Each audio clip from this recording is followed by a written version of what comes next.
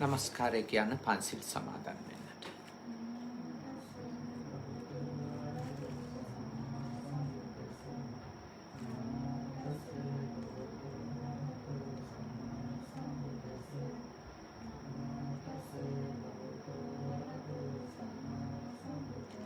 බුද්ධං සරණං ගච්ඡාමි ධම්මං සරණං ගච්ඡාමි සංඝං සරණං ගච්ඡාමි ဒုတိယံ පි බුද්ධං සරණං ගච්ඡාමි ဒုတိယံ පි ධම්මං සරණං ගච්ඡාමි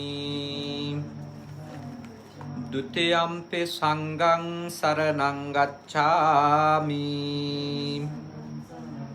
တတိယံ පි බුද්ධං සරණං ගච්ඡාමි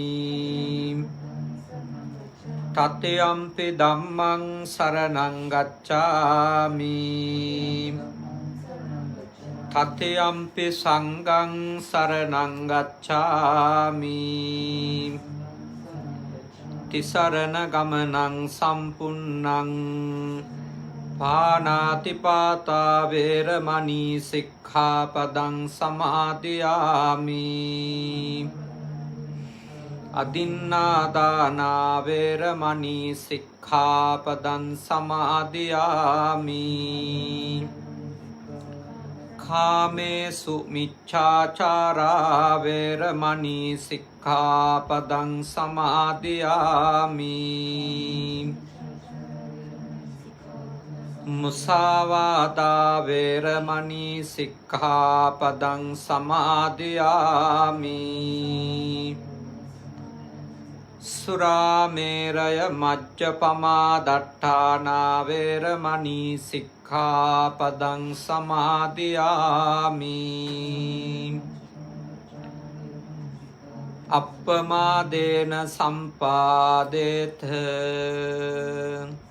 समन्ता चक्कवालेषु अत्रा गच्छन्तु देवता सद्धम्मं मुनिराजस्य सुनन्तु सग्गमोक्खदं धम्मස්සවන කාලෝ අයං බදන්තා ධම්මස්සවන කාලෝ අයං බදන්තා ධම්මස්සවන කාලෝ අයං බදන්තා නමෝ තස්ස භගවතෝ අරහතෝ සම්මා සම්බුද්දස්ස නමෝ තස්ස භගවතෝ අරහතෝ සම්මා සම්බුද්දස්ස නමෝ තස්ස භගවතෝ අරහතෝ සම්මා සම්බුද්දස්ස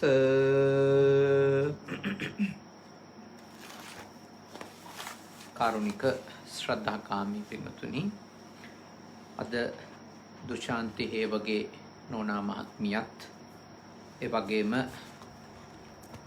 මේ කල්යාණ මිත්‍ර හිතවත් පිරිසත් බොහොම දුර බැහැර ගෙවාගෙන චිපා දිස්ත්‍රික්කයේ ඉඳලා මේ කනගවා පළාතට ඇවිල්ලා කනගවා සුගත භාවනා මධ්‍යස්ථානයට රැස්ුනේ ඊටාම උදාර අරමුණක් ඇතුව අවුරුද්දකට කලින් අභාවයට පත්වන්නට යෙදුන සංජීව තුෂාර සෝලංග ආරච්චි ආදරණීය ස්වාමි පුරුෂයාණන්ට ඒ සුජීවත්ව සිටින එතුමාගේ ආදරණීය මව්පියන්ගේ පුතුණුවන්ට ඔබතුමියගේ ස්වාමි පුරුෂයාණන්ට මේ ආපු සහ මේ වෙලාවේ පවතින තත්වය එක්ක අඩු සීමා සහිත පිරිසකුයි අපි සහසම්බන්ධ කරගන්නේ ඒ සියලුම දෙනාගේ හිතවත් කල්යාණ මිතුරාණන්ට පින් අනුමෝදන් කිරීම සඳහායි අද මේ පින්කම සිද්ධ කරන්නේ. ඔබ හැම කෙනෙක්ම දන්නවා එතුමන් හදිසි අනතුරකින් අභාවයට පත් වුණේ ජපානයේදී. එතුමන්ගේ අභාවයෙන් පස්සේ මේ රටේදීත් කෙරෙන්ට ඕන සියලුම ඒ චාරිත්‍ර වාරිත්‍ර ආගමික යුතුයකම් ආගමික කටයුතු හොඳින් සිද්ධ කරලා ලංකාවටත් එතුමගේ දේහය යවලා එහෙදිත් ආගමික වතාවත් කරලා ඒ අවසන් කටයුතු සිද්ධ කළා. ඒ හැම දෙයකටම මේ පළාතේ මේ රටේ ජීවත් වෙච්ච එතුමගේ හිතවතුන්, කල්යාණ මිතුරු මිතුරියන්, ඒ නෝනා මහත්මිනියට, දුෂාන්ති හේවගේ මහත්මිනියට ශක්තිය වුණා, ධෛර්යය වුණා ශ්‍රී ලංකා තානාපති කාර්යාලය ඇතුළුව. ඉතින් එතුමගේ 7 දවසේ පින්කම්, 3 මාසේ පින්කම් බොහෝම හොඳින් සිද්ධ කළා. ඒ විතරකුත් නෙමෙයි, එතුමා වෙනුවෙන් විහාර මන්දිරයකුත් ගමක පිරිසට සිල් ගන්න ස්ථානයක වන්දනාමාන කරන තැනක බුදුමැදුරකුත් හදලා පූජා කරන්නට යෙදුණා. ගොඩක් පින්කම් එතුමා වෙනුවෙන් සිද්ධ කරලා තියෙනවා. නමුත් අවුරුද්දක් ගත වෙන වෙලාවේ අපිට ආරාධනා කරන්නට යෙදුනේ ලංකාවට ගිහිල්ලා අවුරුද්ද පින්කම කරන්නට බලාපොරොත්තුවෙන් හිටියත් අවසාන මොහොත දක්වාම ඒ සඳහා උනන්දු වුණත් මේ පවතින තත්ත්වය එක්ක ලංකාවේ පින්කමක් කරගන්න පුළුවන් පරිසරයක් නැති නිසා මේ විදියට අපිට ආරාධනා කරලා මේ සේනාසනයට පැමිණිලා ධර්මානුශාසනාවක් සිදු කරලා සද්ධර්ම ශ්‍රවණය කරන්නට ඔබතුමියත් මේ සුළු පිරිසක් යහළු යෙහෙළියනුත් කල්පනා කරන්නට යෙදුණා. ඉන් පස්සේ පින් අනුමෝදන් කරන්න. ඉතින් බුද්ධ පුතුන් ශ්‍රාවක පිරිසටත් අවස්ථාව සැලසෙනවා. ඒ නිසා මේ දේශනාව ශ්‍රවණය කරන්නට තරුණ වියේදී අභාවයට පත්වෙච්ච සංජීව තුෂාර සෝලංග ආරච්චි මහත්මාණන්ට පින් අනුමෝදනා කිරීමේ උදාර සිත ඇතිව එතුමාගේ භවගාමී ජීවිතය සුවපත් වේවා. ඉක්මන් භවයකදී එතුමට උතුම් නිවනම අවබෝධ වේවා කියන සිත ඇතිව අපි මෙතැන් ඉඳලා සද්ධර්මය ශ්‍රවණය කරමු.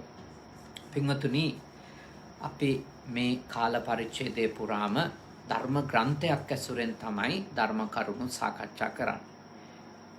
අදත් එයින් එක මාතෘකාවක් අපි සාකච්ඡා කරනවා ඔබ සමගත් මේ වෙලාවේ සජීවීව බුද්ධ පුතුන් මුහුණු පොත සමග YouTube නාලිකාව සමග එකතු වෙන සියලු දෙනා සමගත්. වංචක ධර්ම සහ චිත්තෝපක්ලේශ ධර්ම කියලා පොතක් තියෙනවා, ධර්ම පුස්තකයක්. ඒ ධර්ම පුස්තකය ලිව්වේ අපවත් වී වදාළ රේරුකාණේ චන්දවිමල මහා ස්වාමීන් වහන්සේ. අවුරුදු 100කට අධික කාලයක් ආයුෂ භුක්ති විඳලා අපවත් වී වදාළ ස්වාමීන් වහන්සේ කෙනෙක්. ලංකාවේ විතරක් නෙමෙයි ලෝකයේම තාම චිරප්‍රසිද්ධ ස්වාමීන් වහන්සේ කෙනෙක්.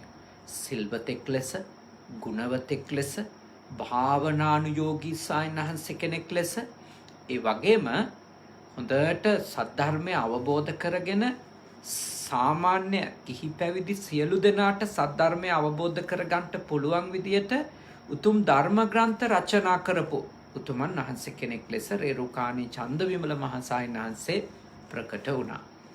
ඉතින් උන්වහන්සේ ලියපු පොතක් තමයි වංචක ධර්ම සහ චිත්තෝපක්ලේශ ධර්ම කියලා කියන්නේ. ඉතින් අද අපි කතා කරන්නේ ඒ ග්‍රන්ථයේ තියෙන මාතෘකාව.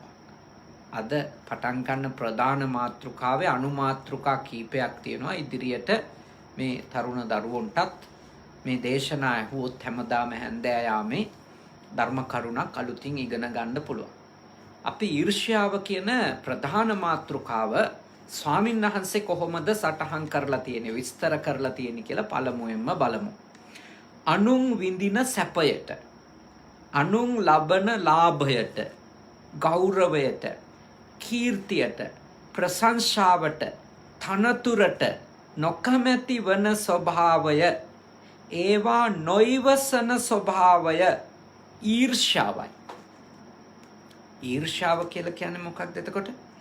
අනුන් සැපයක් විඳිනකොට, අනුන්ට ලාභයක් ලැබෙනකොට, අනුන්ට කීර්තියක් ලැබෙනකොට, කියන්නේ අනිත් අය මේ ගැන හොඳ කතා කරනවා වෙනකොට, අනිත් කාට ප්‍රශංසාවක්, මූණටම ඔයා හරි හොඳ කෙනෙක් කියලා කියනවා ඇහෙනකොට, එයාගේ ගුණයක්, එයාගේ දක්ෂකමක්, එයාගේ වටිනකමක් වර්ණනා කරනවා ඇහෙනකොට කාගේ හරි හිතට ඒක ඉවස ගන්න බැරි නම්, ඒක දරා ගන්න බැරි නම්, අන්න ඒකට තමයි ඊර්ෂ්‍යාව කියලා කියන්නේ. එතකොට තේරුම් ගන්න ඕන ඊර්ෂ්‍යාව කියලා කියන්නේ අනේකාගේ සාර්ථකත්වය දරා ගන්න බැරිකම. සරලව. අනේකාගේ ජයග්‍රහණ දරා ගන්න බැරිකම. අනේකාට ලැබෙන දේවල් උහුලන්න බැරිකම. ඒක තමයි ඊර්ෂ්‍යාව කියන්නේ. ඉතින් ගොඩාක් අය හිතන එකක් තමයි මේ මම නම් ඊර්ෂ්‍යා කරන්නේ කියලා. ගොඩක් අය හිතන. ඒ හේතුව ඇත්තටම කිව්වොත් තමන් ඊර්ෂ්‍යාවෙන්ද ඉන්නේ කියලා දන්නේ නැතිකම හින්දා තමයි ගොඩක් අය එහෙම කියන්නේ. එහෙම නැතු එයාගේ ගාව ඊර්ෂ්‍යාව නැති හින්දා නෙමෙයි. ඇත්තටම එයාට තේරෙන්නේ නැතුව ඊර්ෂ්‍යාව බලගත්ව අපේ හිතේ යෙදෙනවා. විවිධ රූපවලින්, විවිධ මූණු වලින්. අපි අද එයින් එකක් තේරුම් ගන්න උත්සාහ කරනවා. එකක්. වෙලාව තිබුණොත් තව එකක් නේ. එතකොට මොකක්ද එහි පළවෙනි ස්වභාවය? පළවෙනි ස්වභාවය තමයි පරාර්ථකාමතා වේශයෙන් වංචක ඊර්ෂ්‍යාව. මෙහෙම සඳහන් කරන සායනාසේ. පරාර්ථකාමතාව කියන්නේ මොකද්ද? අනුන්ට යහපතක් කරනු කැමැතිකම. පරාර්ථකාමී කියන්නේ ඒකනේ. අනිත් කෙනාට යහපතක් කරන්න තියෙන කැමැත්තට තමයි පරාර්ථකාමය කියන්නේ. පර අනුන්ට අර්ථ යහපතක් නේද? කරනු කැමැති බව පරාර්ථකාමතා. එතකොට ඒක හොඳ දෙයක්. දැන් ඔයත් මේ පන්සලට සේනාසනයට ආවේ ඇයි? මිය ගියපු මේ මහත්මයාට යහපතක් කරන්න ඕනේ කියලා. එහෙමනේ ආවේනේ. එතකොට මේ යහළු යෙහෙලියෝ ආවේ ඇයි? ඔය නෝන මහත්තයත් එක්ක.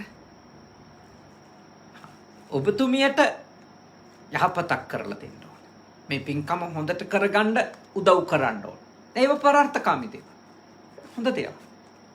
ඒව සත්පුරුෂයෝ අනුමත කරනවා, ඥානවන්තයෝ අනුමත කරනවා. ඒක හැම පැත්තකින්ම අගය කරන්න පුළුවන් දෙයක්. අනුන්ගේ යහපතට යමක් කරන එක. හැබැයි දැන් ඊර්ෂ්‍යාව කියන්නේ ඇත්තටම කිව්වොත් ඒකට විරුද්ධ එකක් නෙනේ. අනිකාගේ යහපත කැමති නැති එක තමයි ඊර්ෂ්‍යාව කියන්නේ. හැබැයි මේ ඊර්ෂ්‍යාවේ තියෙන සූක්ෂමකම කොච්චරද කියනවනේ. ඊර්ෂ්‍යාව කොච්චර වංචනික විදියට, කපටි විදියට අපේ හිතේ එනවද කියනවා නම් අනුන්ගේ යහපත කැමති බව වගේම ඊර්ෂ්‍යාව වැඩ කරනවා. දැන් අනුන්ගේ යහපතට අකමැතිකමම තමයි ඊර්ෂ්‍යාව. හැබැයි ඊර්ෂ්‍යාව ඉදිරිපත් වෙනවා අපේ හිතේ යෙදෙන අවස්ථා තියෙනවා අනුන්ගේ යහපතට කැමති වගේ. එතකොට අපි දන්නෙත් නැහැනේ අපි ගාව ඊර්ෂ්‍යාව තියෙන කියලා. මොකද අපි හිතන් ඉන්නේ මොකක් කියලාද? මම මේක කරන්නේ යාගේ යහපතට. මම මේක කියන්නේ යාගේ යහපතට, යාගේ හොඳට. අන්න ඒ වගේ බොහොම හොඳ පරාර්ථකාමී මුහුණක් එක්කනේ. පරාර්ථකාමී රූපයක් එක්ක, පරාර්ථකාමී ස්වභාවයක් එක්ක විදියට ඒ වගේ ඊර්ෂ්‍යාව එන ආකාරය අපි දැන් චුට්ටක් සාකච්ඡා කරනවා. කෙනෙකුට යම්කිසි තනතුරක් ලැබෙන්නට යන කල්හි එයට නොකැමැති තැනැත්තා කෙරෙහි ඒ ඊර්ෂ්‍යාව සමහර විට පරාර්ථකාම වේශයෙන් පහළ වේ.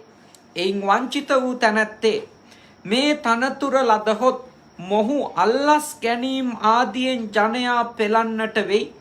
එයින් මහජනයාට වන්නේ විපතක්ය. මොහුට මේ තනතුර ලැබීම වළක්වා ජනයා ආරක්ෂා කළ යුතුයයි සිතා තනතුර ලබන්නට යන තැනැත්තාහට බාධා කරන්නට වන්නේ. ඒක තේරුම් ගමුකෝ නේද? දැන් ඔන්න කාට හරි මොකක් හරි හොඳ තනතුරක් ලැබෙන්න යනවා. ආයතනික ප්‍රධානත්වයක්, පළාතක නායකත්වයක්, ප්‍රදේශයක නායකත්වයක් ලැබෙන්න යනවා කියලා හිතන්න. එතකොට එයාට ලැබෙන්න යන දෙයට කාට හරි එනවා ඊර්ෂ්‍යාවක් හිතේ. එයාට ලැබෙන්න යන ලාභයට, එයාට ලැබෙන්න යන ජයග්‍රහණයට, එයාට ලැබෙන්න යන සාර්ථකත්වයට එරෙහිව ඊර්ෂ්‍යාවක් එනවා. දැන් හැබැයි ඒ ඊර්ෂ්‍යාව එයා කොහොමද එළියට ගන්නෙ? එයා කල්පනා කරනවා මේ තනතුරට මෙයාට ලැබුණොත් එහෙම මේ මිනිස්සයා අල්ලස් ගනි. එහෙම වුණොත් මේක මේ සාමාන්‍ය මිනිස්සුන්ට ලොකු කරදරයක්. මේ වගේ මිනිහෙක් තැනකට ඇවිල්ලා අල්ලස් ගන්න මිනිහෙක් වුණා. හොරකම් කරන්න පටන් ගත්තොත්, වංචා කරන්න පටන් ගත්තොත්, අනේකාව තලල පෙලල කටයුතු කරන්න පටන් ගත්තොත්, දැන් ඒ කතා ටික ඔක්කොම හොඳ කතාද නැද්ද බලනකොට? හොඳ කතානේ. ඇයි? සමාජය ගැන හිතන්න. අනිත් අය ගැන හිතන්න. හිතනවා මේ මිනිහා මෙතෙන්ට ගිහිල්ලා මේ තනතුරට ගිහිල්ලා අනුන්ට කරදරයක් වෙන්න ගත්තොත් කොච්චර නරකයිද කියලා පරාර්ථකාමී වගේ මොකද්ද වැඩ කරන්නේ? ඊර්ෂ්‍යාවනේ. ඇත්තටම යාට මේ අනිත් අයට වෙනේව නෙමෙයි ප්‍රශ්නේ. මෙයාට මේ තනතුර ලැබුණොතින් මෙයා මට වඩා බැබලෙයිදනේ. මෙයා මට වඩා දිදුලයිද? මෙයා මට වඩා සතුටින් ඉදීද? ඒගොල්ලෝ තරුණ වියේ ඉන්න හින්දා එච්චර ලොකු අත්දැකීම් නැති වෙති. තව ටිකක් වැඩි හිටියෝ වෙන්න ඔය අත්දැකීම් ලැබෙන්න පටන් ගන්නේ. එකට ආශ්‍රය කරන සමාජෙම ඔගොල්ලොන්ට යම් කෙසේ තැනක් ජීවිතේ හැදෙන්න දෙනකොට ඒක දරා ගන්න බැරි කෙනෙක් හිටියෝ, ඒක ඉවසන්න බැරි කෙනෙක් හිටියෝ,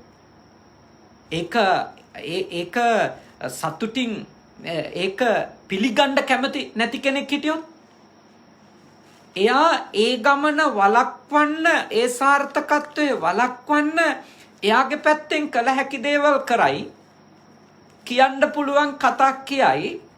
හැබැයි ඒ කියනකොට ඒගොල්ලෝ කවදාවත් එහෙම වචන කියන්නේ නැහැ. කියන්නේ මොනවද? මෙයා මෙතනට ගියොත් මේ වැරද්දවල් සමාජයට කරයි, එහෙම නැත්නම් එයාට කරගනි. දැන් මේ දෙකම හොඳ කතානේ නේද? අපි ගැන ආදරෙන් වගේ කියන එක. ඒ වගේම අපි තැනකට ගිහිල්ලා අනිත් එක්කෙනාට කරදරයක් වෙයි කියලා හිතන් සමාජ ගැන ආදරෙන් වගේ හිත කතා කරනවා. එතකොට අහන් ඉන්න අයට හිතෙන්නේත් මොකක්ද?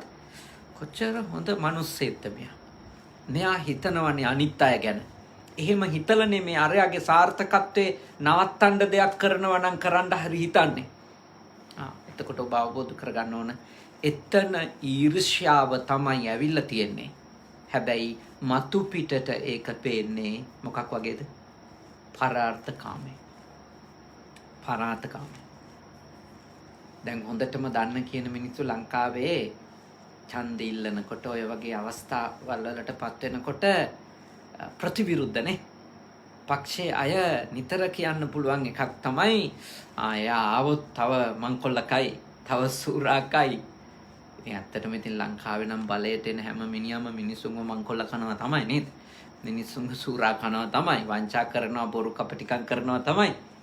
හැබැයි ඒක පොදුවේ පේන එකනේ. නමුත් පුද්ගලිකව කෙනෙක් එහෙම කෙනෙකුව අරගෙනනේ කෙනෙකුගේ සාර්ථකත්වයට එරෙහි වෙන්න පොදු සමාජ කාරණා, සමාජ යහපත වගේ දේවල් ඉස්සරහට ගන්න පුළුවන්. දැන් මේ කතාව තේරුම් ගන්න ඕන දැන් කොහොමද?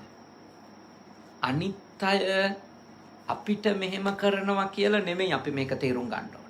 අපි මේක තේරුම් ගන්න ඕන අපේ හිතේ මේක කොහොම යෙදෙන්න පුළුවන්ද කියලා. දැන් ඔබ දන්න කියන කෙනෙක් සාර්ථකත්වයට යනකොට ඔබට හිතෙන්න ආවොත් එහෙම, ඔබට හිතෙන්න පටන් ගත්තොත් එහෙම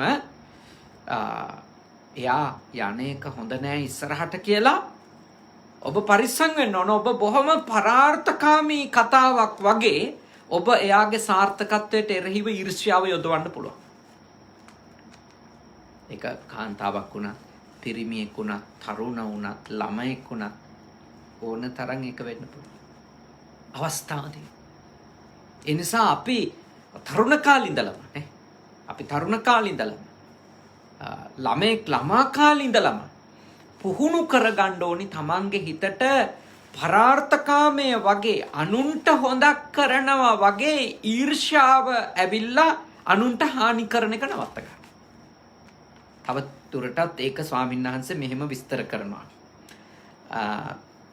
එය වළක්වන්නට උත්සාහ කරන. මෙසේ ඒ තැනැත්තාට තමා එසේ කරනුයේ ඊර්ෂ්‍යාව නිසා බව නොවැටහෙන්නේ ඔහුට තමා ඒ ක්‍රියාවට අනුකූල වන අන්‍යයන්ටද එය ඊර්ෂ්‍යාව නිසා කරන්නක් බව නොවැටහි. අන්න ඒක තමයි විශේෂත්වය. ඒ කියන්නේ බලන් ඉන්න අයටත් පරාර්ථකාමී කමේ වේශයෙන් එන ඊර්ෂ්‍යාව විදියට පේන්නේ නැහැ. බලන් ඉන්න අයට.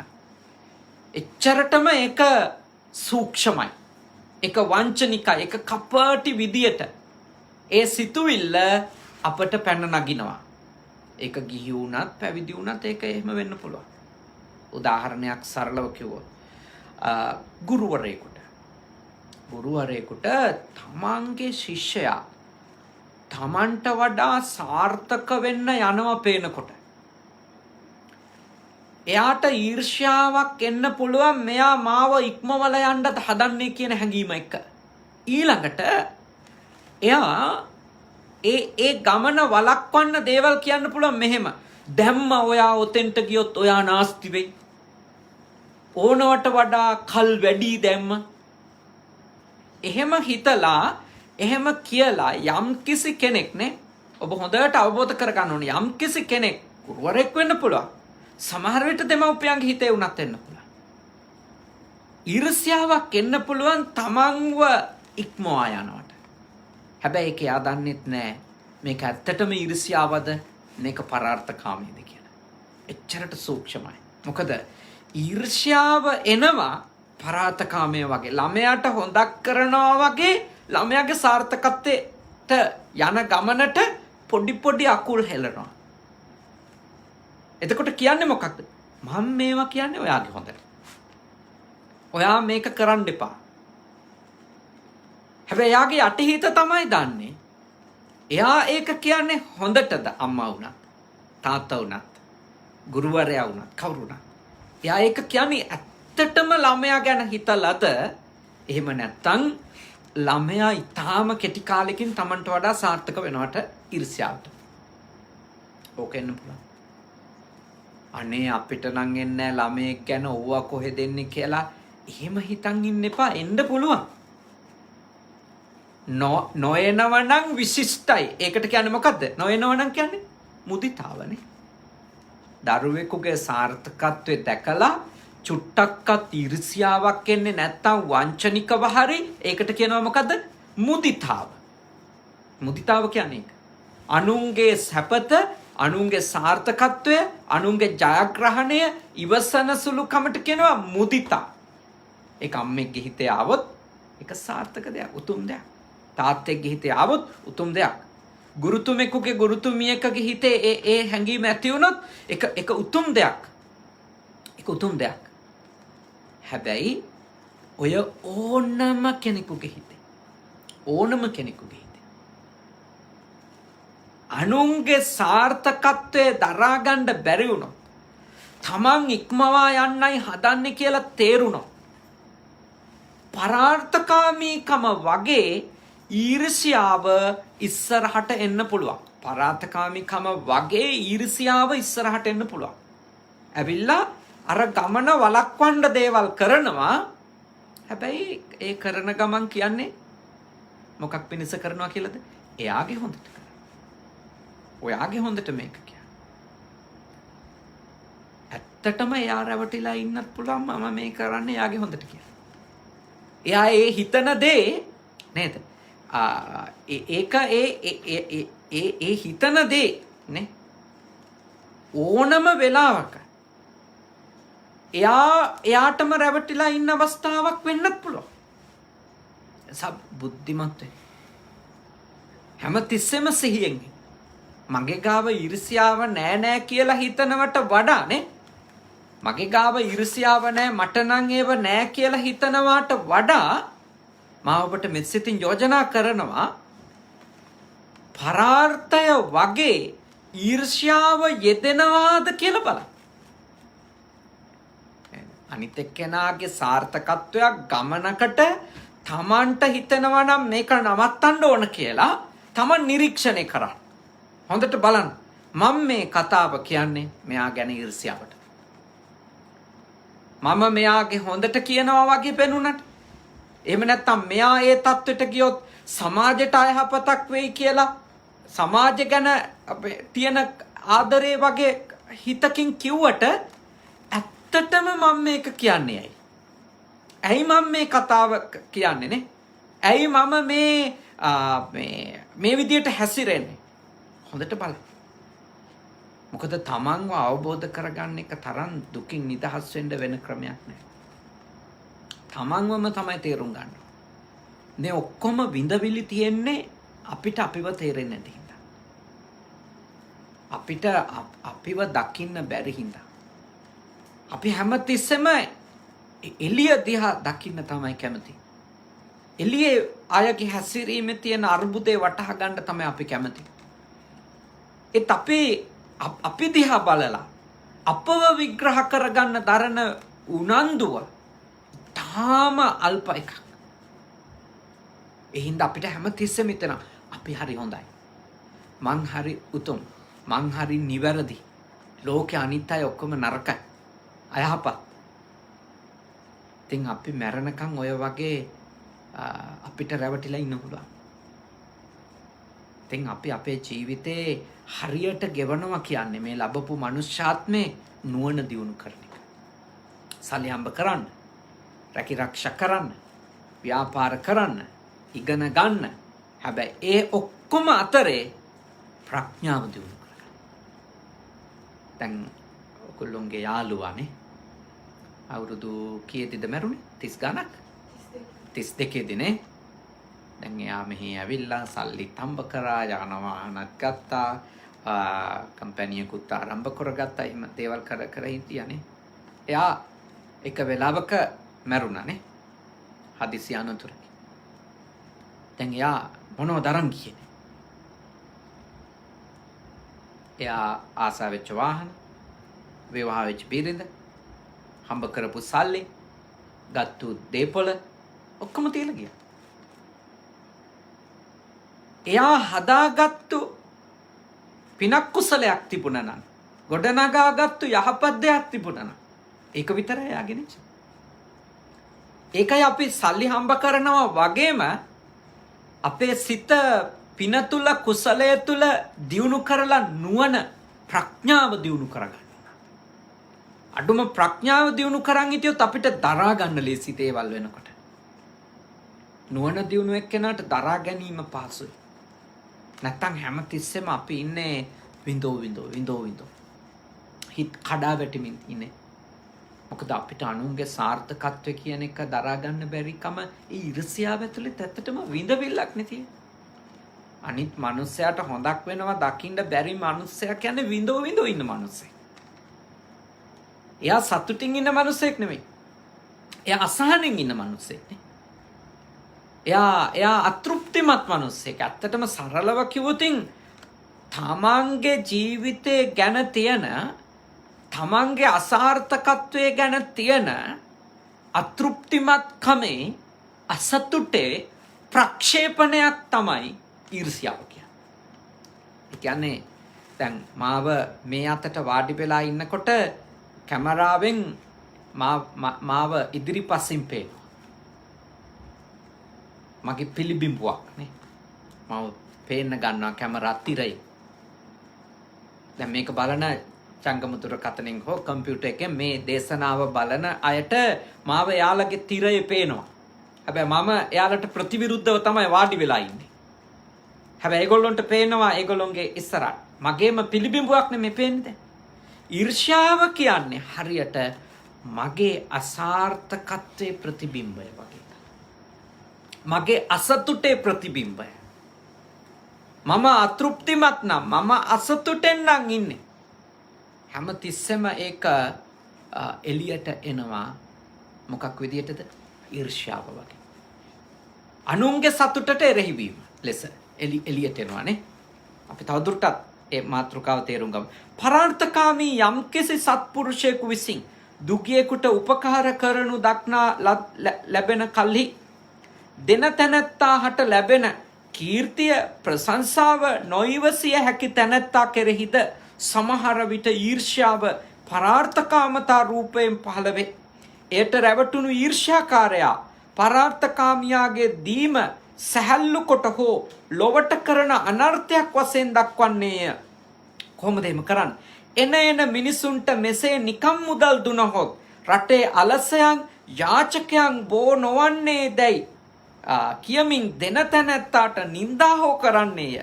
නොදෙනසේ අනුශාසනා හෝ කරන්නේය. දැන් අපිට පේනවා කවුරු හරි මෙහෙම හිතන්න.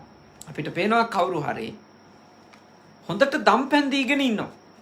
අනිත් අයට උදව් කරනවා, යමක් කමක් පරිත්‍යාග කරනවා. ඊළඟට එහෙම පරිත්‍යාගශීලී දම්පැන් දෙන අනිත් අයට උදව් කරන කෙනෙක්ින්ද එයාගේ කීර්තිය පැතිරෙන්න පටන් ගන්නවා. හැමෝම එයාට හොඳ කියනවා අපිට පේනවා. අන්නේ මගේ වෙලාවකදී කෙනෙකුගේ හිත තුළ අර එයාට ලැබෙන කීර්තියට අකමැත්තක්, අසතුටක්, ඊර්ෂ්‍යාවක් එන්න පුළුවන්. කොහොමද එන්නේ? හරි හොඳ එකක් වගේ. මොකක්ද එයාට හිතෙන්නේ? මෙහෙම එන මිනිහට උදව් කරන්න ගියොත් ඔය මිනිස්සු කම්මැලියෝ වෙයි. ඒ හින්දා දෙන්න එපා කියනවා. ඒ කියන්නේ දෙන්න එපා කියන්නේ මේ අර මනුස්සයට ලැබෙන කීර්තියට එරෙහිවයි දෙන්න එපා කියන්නේ. හැබැයි එයා කියන්නේ මොකක්ද? එයා කියනවා ඔහොම දෙන්න ගියොත් මිනිස්සු කම්මැලියෝ වෙයි. අලසයෝ වෙයි. හැම මිනිහම පටන් ගනී ඉල්ලන් කාලා ජීවත් වෙන්න. ඒ විදියට කියමින් දෙන එකට බයිනවා එක්ක. අනිත් අයට උදව් කරන එකට බනිනවා. ඊළඟට ගත්තාම මේ එක්කෝ ඒකේ තියෙන නරක ගැන දේශනා පවත්වනවා. කතා කියනවා. ඒ කියන්නේ කෙනෙකුට තව කෙනෙකුට උදව් කරලා ගෞරවයක්, කීර්තියක්, ප්‍රශංසාවක් ලැබෙන එක උහුලගන්න බැරි අයගේ හිතවල ඒ විදියට ඊර්ෂ්‍යාව වෙනවා. එතකොට ඒගොල්ලෝ ඒකෙන් වෙන සමාජ හානිය ගැන තමයි කතා කරන්නේ. ඒ වගේ අත්දැකීම් ඕනනම් ඔයගොල්ලන්ට දැන්ටම ලැබිලා ඇති. උදාහරණයක් විදිහට මෙහෙම ලංකාවේ දුප්පත් කාට හරි උදව් කරනවා කියලා හිතන්නකෝ. එතකොට ඒක ආරංචි වෙන, ඒ ගැන දන්න ඔයගොල්ලෝ හොඳටම දන්න කියන කෙනෙක් කතා කරලා නිතර උපදෙස් දෙන්න පටන් ගන්න පුළුවන්. ඔහොම දිගටම දෙන්න ගියොත් එහෙම මේ ඉන්න මිනිස්සු තව කපටි වෙයි. බොරු කරන්න පටන් ගනී. නිකම්ම විදියට හැමතිස්සෙම ඕගොල්ලොන්ට අතපාන්න පටන් ගනී. ඒ නිසා ඔහොම උදව් කරලා මිනිස්සු නරක කරන්න එපා. එහෙම උපදෙස් දෙන්න පුළුවන්. දැන් බැලුමට ඒ උපදෙස් වල තියෙන්නේ ඔයගොල්ලන්ට ආදරේ වගේද නැද්ද? ආදරේ වගේ. ඊළඟට සමාජයට ආදරේ වගේද නැද්ද? සමාජයටත් ආදරේ වගේනේ. හරි හොඳ දෙයක් වගේනේ. ඇයි අර සමාජ මිනිස්සු මේ කම්මැලියෝ වෙලා නිකන් ඉඳන් කන්න පුරුදු වෙලා මහා සමාජ පරිහානියක් වෙන එක නවත්තන්න කරන උතුම් ක්‍රියාවක් වගේ තමයි අරයා ලංකාවේ ඉඳන් කෝල් එකක් අරගෙනනේ ඔයගොල්ලන්ට මේවා දැනුවත් කරනවා. අවවාද කරනොත් දෙන්න එපා එක්කෙනෙකුටවත් කීයක්. ඔහොම කියොත් මිනිස්සු නරක වෙයි. හැබැයි ඇත්තටම එයා විතරයි දන්නේ. එයා ඒක කියන්නේ ඇත්තටම ඕගොල්ලොන්ට ආදරෙන්ද? නැත්තම් අරයට යමක් ලැබෙනවට ඊර්ෂ්‍යාවේද? එහෙමත් නැත්තම් ඕගොල්ලෝ එහෙම අනිකාට දීම නිසා ඕගොල්ලෝ ගැන හොඳක් මිනිස්සු කතා කරනවා එයාට අහන් ඉන්න බැරි කමද? ඒ ඔක්කොම දන්නේ කවුද? ඒ අදාළ කෙනා විතරයි. ඒ අදාළ කෙනා විතරයි දන්නේ. ඇයි තමන් මෙහෙම හැසිරෙන්නේ? ඇයි තමන් මේ විදියට කතා කරන්නේ කියලා. සමා යෝජනා කරන ඔබට ඔබගේ හිත තුළනේ ඔබගේ හිත තුළ කවුරු හරි එහෙම කාට හරි උදව් කරනවා පේනකොට, දුප්පත් අයට යමක් දෙනවා කියනවා පේනකොට ඔබට හිතෙනවා නම් මෙයාට අවවාදයක් කරන්න ඕන කියලා හිතෙනවනම් මෙයා මේ එක එක්කෙනාට බෙදනවා මේවට අවවාදයක් කරන්න ඕනේ වගේ හිතෙනවා නම් ඉස්සෙල්ලාම නිරීක්ෂණය කරන්න කියලා මම යෝජනා කරනවා ඔබට. ඒක කරන්න යන්නේ ඒ කියන්න යන්නේ එහෙම කතා කරලා එහෙම පරිත්‍යාගශීලී වීම නිසා එයාට ලැබෙන එකට ඔබගේ හිත දැන් කැමති නැද්ද? ඔබගේ හිතේ ඒකට ඊර්ෂ්‍යාවක් දැවිලා තියෙනවා. එහෙම නැත්තම් ඔබ හොඳටම දන්නවා මේ දේවල් ලැබෙන්නේ අහවල්ලුන්ට කියලා. එතකොට ඔබ එයාලට යමක් ලැබෙනවට අකමැතිද? එතකොට ඒක පරාර්ථකාමය වගේ එන ඊර්ෂ්‍යාවක්. අනිකට ලැබෙන දේ නවත්තන්න. අනිකට ලැබෙන ලාභය, අනිකට ලැබෙන සතුට, අනිකට ලැබෙන සාර්ථකත්වය වළක්වන්න හිතන එක. ඒක නරක දෙයක්. ඒක අකුසලයක්. ඒ වගේව කරන්න හොඳ නැත්තේ ඇයි? ඊළඟ භවවලදී Tamanටත් ඔය විදියටම ලාභයක් ලැබෙනකොට, කීර්තියක් ලැබෙනකොට, ප්‍රශංසාවක් ලැබෙනකොට ඒක නවත්තන්න බොහෝ අය ඉදිරිපත් වෙයි ඊළඟ භවවලදී. සමහර විට මේ වගේ නරක ක්‍රියාවල විපාක ඊළඟ භවවලට යන්නෙත් නෑ. ඊළඟ භවවලට යන්න කලින් මේ භවයේදී මේවා එන්න පටන් ගන්නවා. ඒකින්ද හොඳට සිහිනුවණින් කල්පනා කරන්න. තමන් යමෙකු කරන හොඳ ක්‍රියාවක් නවත්තන්න වාක්‍යයක් හරි කියන්න යනවා නම්, වචනයක් හරි එළියට කටින් දාන්න යනවා නම්, ඇයි මම මේක කියන්නේ? හොඳට බලන්න. ඇයි මම මේක කියන්නේ? මම මේක කියන්න ඕනද? මේක කියන එකේ චේතනාව මොකක්ද? චේතනාවනේ හරි වැදගත්. අපේ එළියට එන වචනෙට වඩා යම් කිසි දෙයකින් කුසලයක්ද අකුසලයක්ද කියලා තීරණය වෙන්නේ ඒ වචනෙට වඩා වචනෙත් එක්ක තිබිච්ච සිතේ. එහෙනම් ඔබ හොඳට නිරීක්ෂණය කරන්න ඕන. ඔබ හොඳට කල්පනා කරලා බලන්න ඕන මම මේ යන්නේ මොකක්ද? ඇයි මම මේක කියන්නේ? මේක කියනකොට තියෙන අදහස මොකක්ද? දැන් ඔබ සමහර වෙලාවට ඔබෙන් අහනවා ලංකාවේ ඉන්න අය මෙහෙම. අපිටත් ජපාන් එන්න බැරිද? කියලා අහනවා. එතකොට ඔබ ජපානයේ ජීවිතේ තියෙන දුක කියන නේ? කාර්ය දුකක්. මේ හරියට දුක් විඳින්න ඕන. පැය ගණන් හිටගෙන වැඩ කරන්න ඕන. සීත කාලි කියලා නිකන් ඉන්න බෑ. මේ වැඩ කරන්න ඕන. ප්‍රශ්නේ කියලා නිකන් ඉන්න බෑ. මේ වැඩ කරන්න ඕන. මෙච්චර ගෙවල් කුලියනවා. මෙච්චර ටැක්ස් ගෙවන්න වෙනවා. ඉන්ෂුරන්ස් එක මෙච්චරයි. බේතක් ගත්තොත් මෙහෙම යන. මෙහෙම විවිධ කාරණා අනිකාට ඔබ කියලා දෙනවා. ජපානයේ ජීවිතේ තියෙන මේ අමාරුකම්. ඒක කියනකොටම ඔබ බලන්න ඕන ඔබේ කිමුචි එක මොකක්ද කියලා. තේරුණාද? ඇයි ඔබ එයාට එච්චර විස්තරයක් කියන්නේ?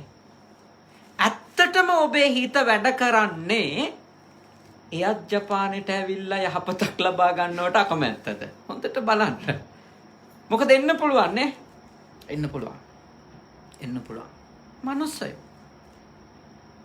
මොකද තමන් ඉන්න තලයට තව කෙනෙක් එනවා කියන එක ටොලරේට් කරන එක ලේසි නෑ කෙනෙකුට.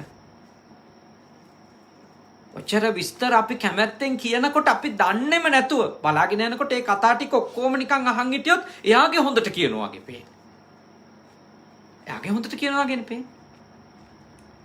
හැබැයි ඇත්තට මේක කියන්නේ ඇයි? ඒක දන්නේ තමන්. ඇයි ඒක කියන්නේ?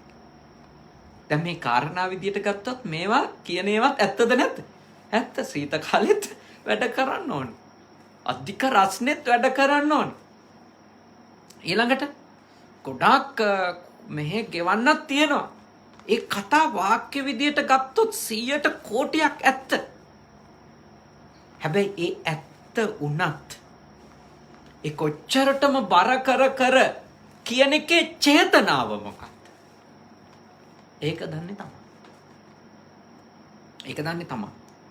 ඇත්තට මේගොල්ලෝ ඇවිල්ලා මෙහෙදි දුක් විඳී කියලා බයටද?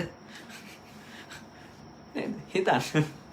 නැත්තම් ආවට පස්සේ මට මෙයාට උදව් කර ඉඳ වෙයි කියලා ප්‍රශ්නෙටද? නැත්තම් මටත් වඩා උඩට යයි කියලා ප්‍රශ්නයකටද? එක්ක මගේ මට්ටමටම එයි කියලා ප්‍රශ්නයකටද? නේද? ඒක Taman තමයි දන්නේ. ඔය ඇත්ත කොයි චේතනාවෙන් ඔය ටික විස්තර කරත් ලංකාවේ ඉඳන් ඒක අහන් ඉන්න අයට හිතෙන්නේ ඔය ඇත්ත ඉරිසියාවට කියනවා කියලා තමයි.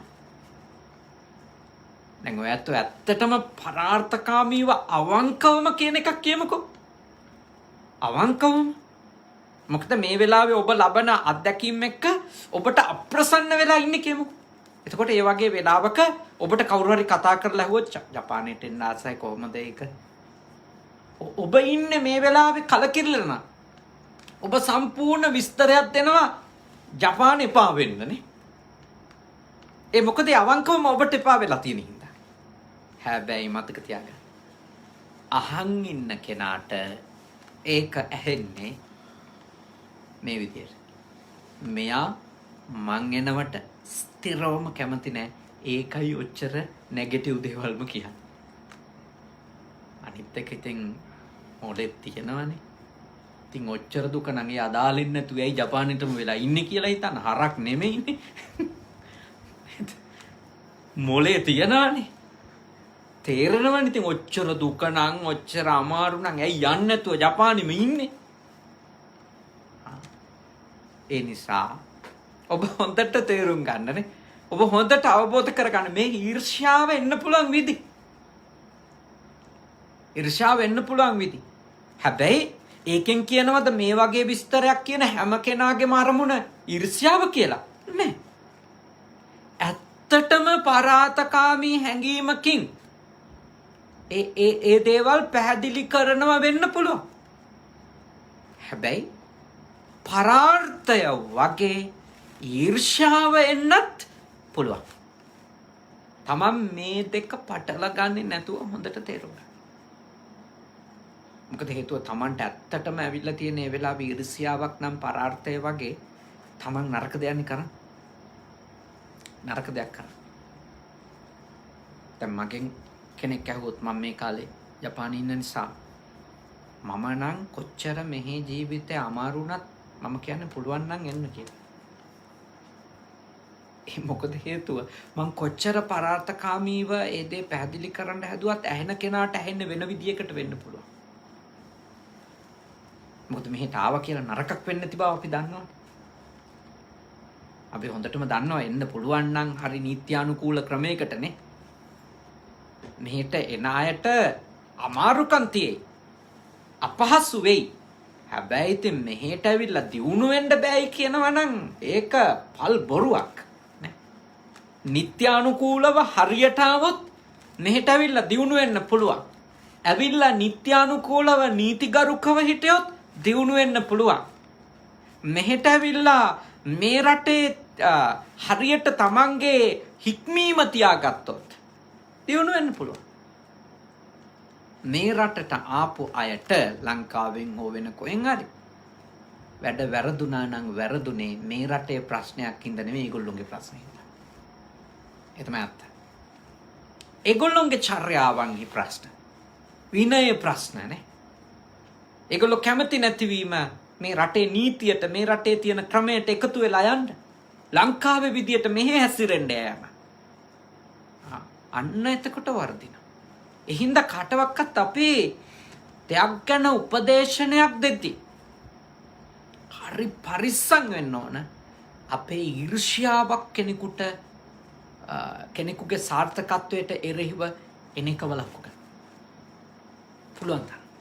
දැන් මේ දේශනා ලෝකේ විවිධ රටවල් වල ඉඳගෙන ශ්‍රවණය කරන අයටත් මෙය බලන්න පුළුවන්. මම කෙනෙකුට මේවා ගැන කියලා දෙනවා නම් පරාර්ථකාමය වගේ මගේ හිතෙත් යෙදිලා තියෙන ඊර්ෂ්‍යාවද යෙදෙමින් තියෙන ඊර්ෂ්‍යාවද මම යෝජනා කරන බුද්ධ පුතුන් ශ්‍රාවකයින්ට බලන්න කියලා. ළමයෙක් විශ්වවිද්‍යාලේ යන්න හදනකොටනේ විශ්වවිද්‍යාලයට යන්න හදනකොට ළමයෙක් සමහර අය ගත් කටටම කියන්නේ මොකක්ද? වැඩක් නැහැ විශ්වවිද්‍යාලේ ගිහිල්ලා. මොකටද විශ්වවිද්‍යාලේ ගිහිල්ලා? කාටද හරි ගිහිල්ලා තියෙන විශ්වවිද්‍යාලේ ගිහිල්ලා? මට නම් එහෙම එකක් ඇහුණු ගමන් මම නම් කියනවා අපිට නම් හරි ගිහින් තියෙන විශ්වවිද්‍යාලේ ගිහිල්ලා. ඒ නිසා විශ්වවිද්‍යාලේ ගියොත් හරි යනවා තමයි. ඇයි? උපාධියක් තියනවා කියන්නේ අපි විශේෂ මොකක් හරි ශාස්ත්‍රයක් ගැන දැනුමක් තියනවා කියන එක. ඒක කොහොමද වැරදිච්ච එකක් වෙන්නේ? ඒ දැනුම හරියට යොදාගෙන දියුණු වෙන විදිහ අපි ඉගෙන ගන්න ඕන. සමහර කෙනෙක් විශ්වවිද්‍යාලෙට තියා ඉස්කෝලේකවත් හරියට ගිහිල්ලා නැතුව කෙනෙක් ඒ තත්ත්වයට යන්න වීරිය කරනවා පේනකොට කියන්න තියෙන ඔක්කොම නරකම පැති ටික කියනවානේ. ස්ට්‍රයික් කරනවලු නේද, රැග් කරනවලු නේද, ඕවයි ගිහිල්ලා නිකං කාලේ නාස්ති වෙනවලු නේද කියා අර යන ගමන නවත්තවන්න.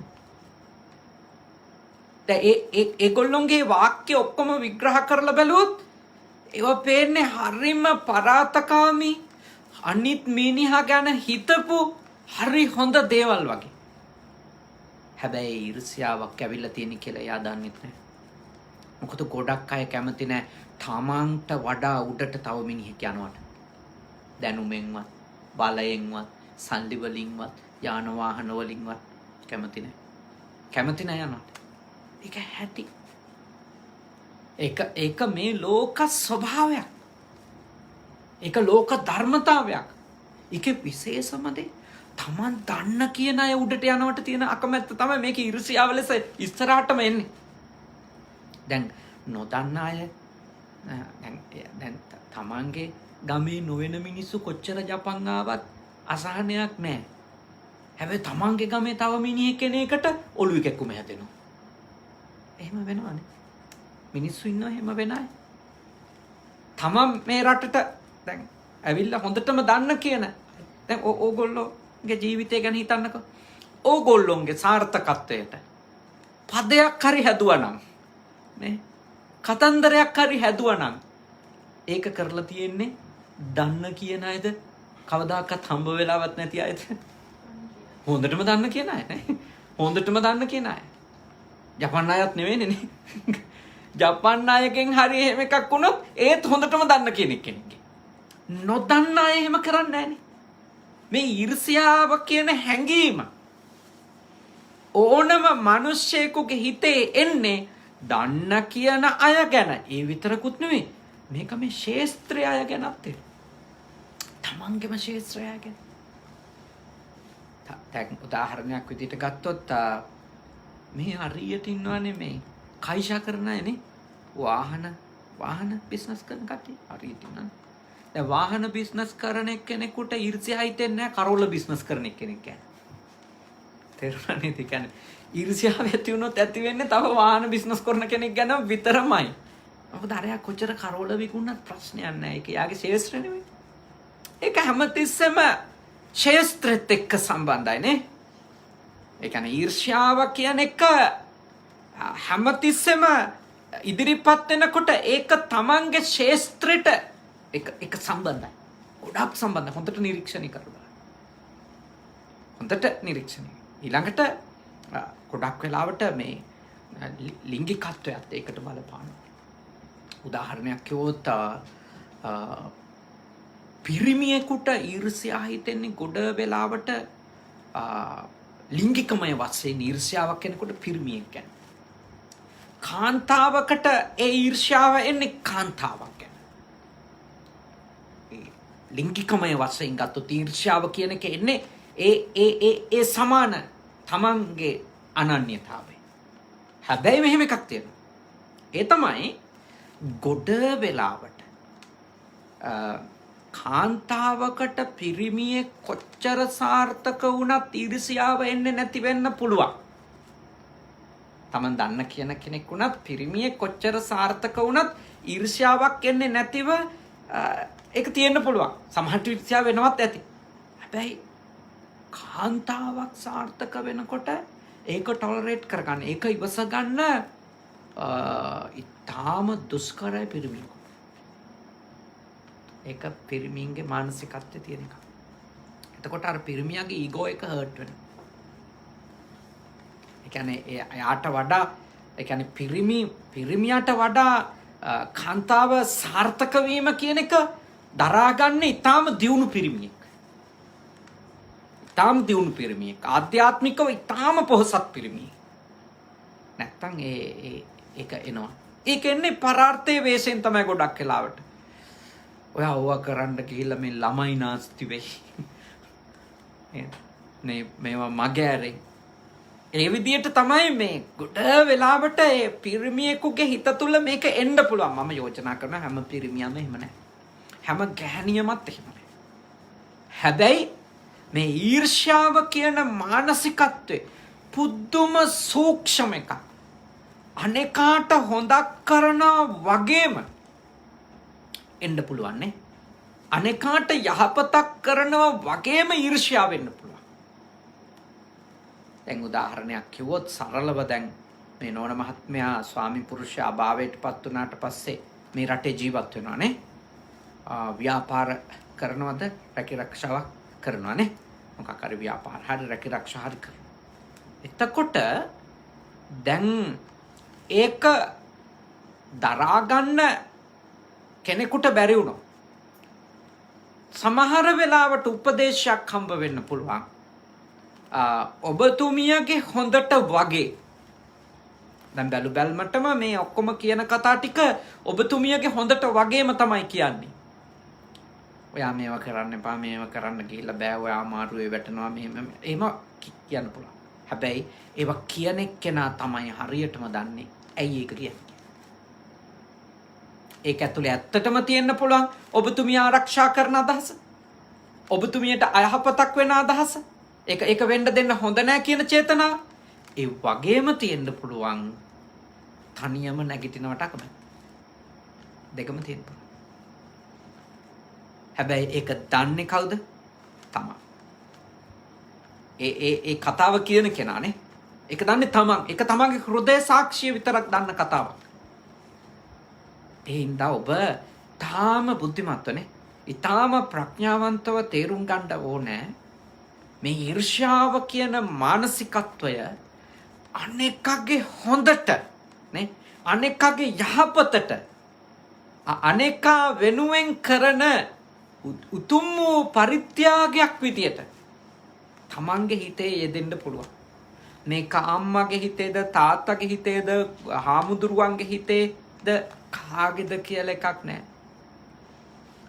කෙලෙස් සහිත ඕනිම කෙනෙකුගේ හිතේ මුදිතාව කියන උදාර බ්‍රහ්ම විහරණය දියුණු වෙලා නැත්තම් මේක එන්න පුළුවන්.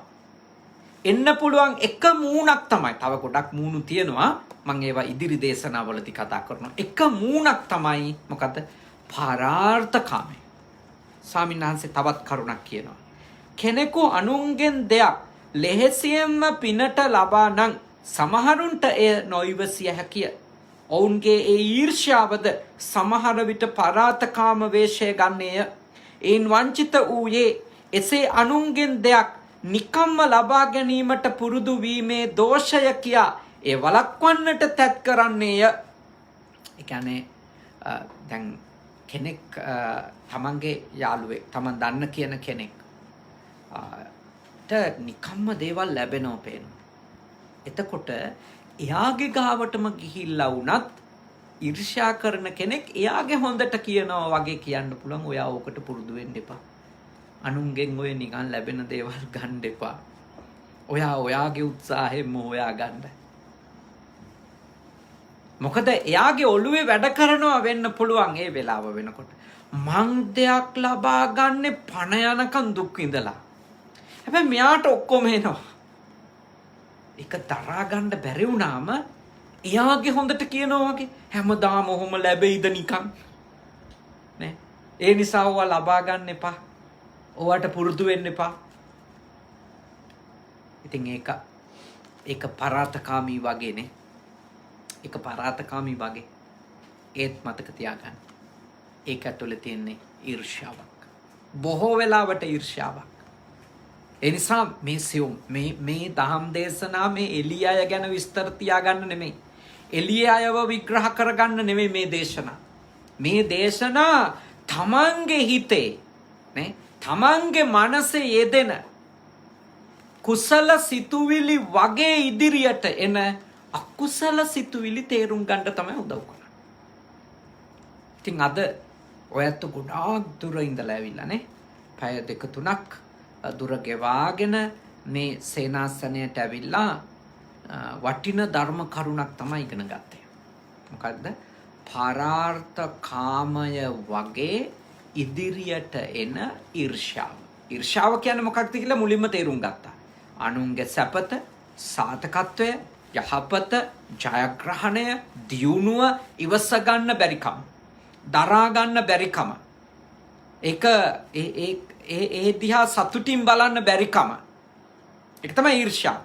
මේ ඊර්ෂ්‍යාව එන එක මූණුවරක් තමයි ඒ කියන්නේ අනේකාගේ හොඳට කියනවා වගේ ඊර්ෂ්‍යාවෙන් දේවල් කියන්න.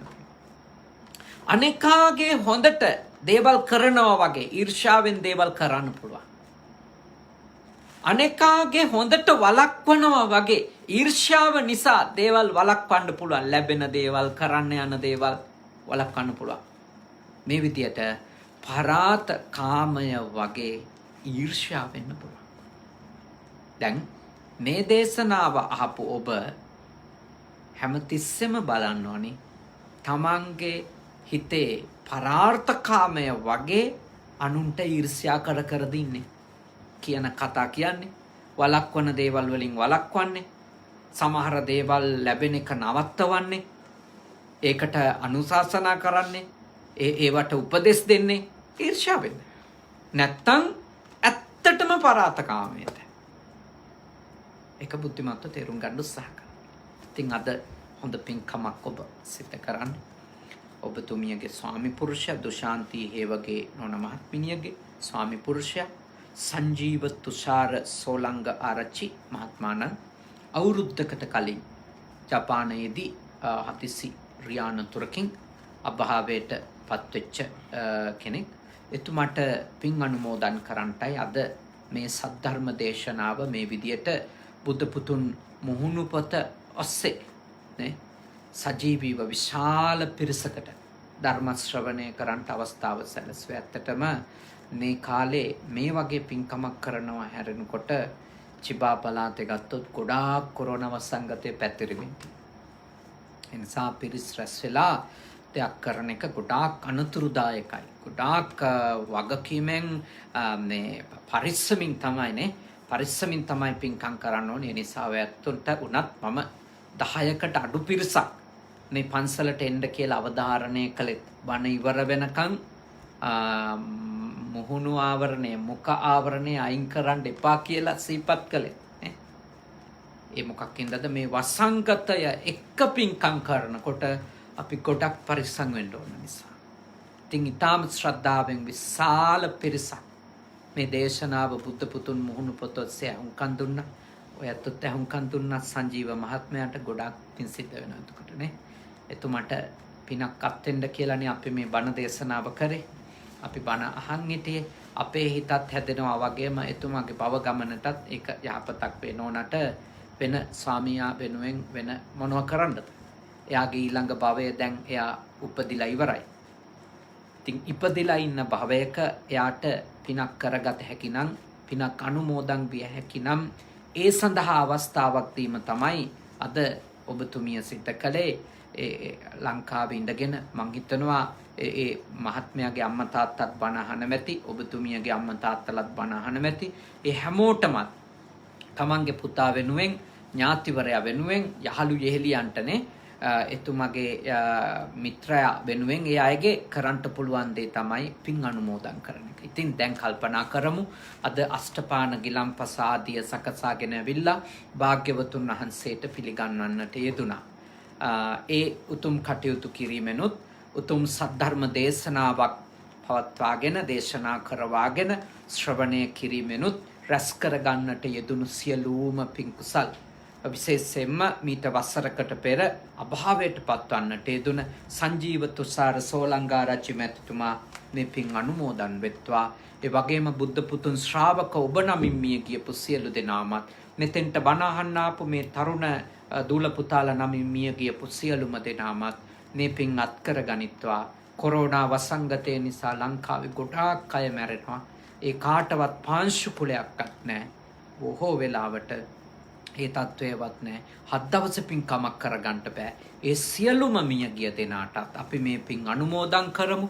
පින් අනුමෝදන් වෙත්වා, සුවපත් වෙත්වා, සැපවත් වෙත්වා, දුකින් මිදෙත්වා. ඒ සංජීව මහත්මයා ඇතුළු කොට මිය ගිය සියලුම ඥාතීන් නිවන් දකිත්වා කියන සිත ඇති කරගෙන අපි පින් අනුමෝදන් කරමු. ඉදම්මේ ඥාතීනං හෝතු සුඛිතා හොන්තු ඥාතයෝ ඉදම්මේ ඥාතීනං හෝතු සුඛිතා හොන්තු ඉදම්මේ ඥාතීනං හෝතු සුඛිතා හොන්තු ඥාතයෝ සම්‍යක් දෘෂ්ටික දෙවිවරු මේ පින් අත්කර ගනිත්වා දෙවියන්ගේ ආශිර්වාදය ආරක්ෂාව ඔබ හැම දෙනාගේම අම්මලා තාත්තලා ලංකාවේ ඉන්නේ ඒ ඇත්තෝ හැම දෙනාටම ලැබේවා මේ වසංගත කාලේ රෝග පීඩාදියක් කරදරයක් බාධකයක් නොවේවා ඕගොල්ලෝ තරුණ අය විදියට රැකිරක්ෂා කරන්නේ ව්‍යාපාර කටයුතු කරන්නේ මේ වසංගතය එක්ක බොහොම වේගෙන් ජපානෙත් මේ වසංගත තත්ත්වය පැතිරිලා යනවා ඔය හැම දෙනාටම නිදුක් බව නිරෝගී බව සුවපත් බව ලැබේවා මේ වසංගතයෙන් කිසිම කරදරයක් නොවේවා බණහප ඔබ හැම දෙනාටමත් ඔබ හැම දෙනාගේම පවුල්වල අයටත් යහපතක් වේවා ලංකාවටත් ලෝකයටත් සියලු යහපත උදා වේවා සියලු දෙවියෝ රටත් ලෝකයත් රකිත්වා උතුම් දෙවිවරු මේ පින් අනුමෝදන් වී අමා මහ නිවනම අවබෝධ කර ගනිත්වා කියලා සාදු කියලා ප්‍රාර්ථනා කරන්ට අවසාන වශයෙන් ඒ සෝලංගාරච්චි මහත්මාණන් ඇතුළු කොට මිය ගිය ඥාතීන්ටත් දෙවියන්ටත් ඔබ අප හැම දෙනාටමත් මේ උතුම් පින් කුසල් වල ආනිසංස බලයෙන් උතුම් අමා මහ නිර්වාණ ධර්මයම අවබෝධ වේවා කියන සිත ඇති කරගෙන අපි සාදු කියලා නැවත ප්‍රාර්ථනා කරමු දෙවියන්ට පින් අනුමෝදන් කරමු ආකාසට්ඨා ච බුම්මට්ඨා දේවා නාග මහිත්‍තිකා පුඤ්ඤන්තං අනුමෝදිත්වා චිරන් රක්칸තු ශාසනං ආකාසට්ඨා ච බුම්මට්ඨා දේවා නාග මහිත්‍තිකා පුඤ්ඤන්තං අනුමෝදිත්වා චිරන් රක්칸තු දේශනං ආකාසට්ඨා ච බුම්මට්ඨා දේවා නාග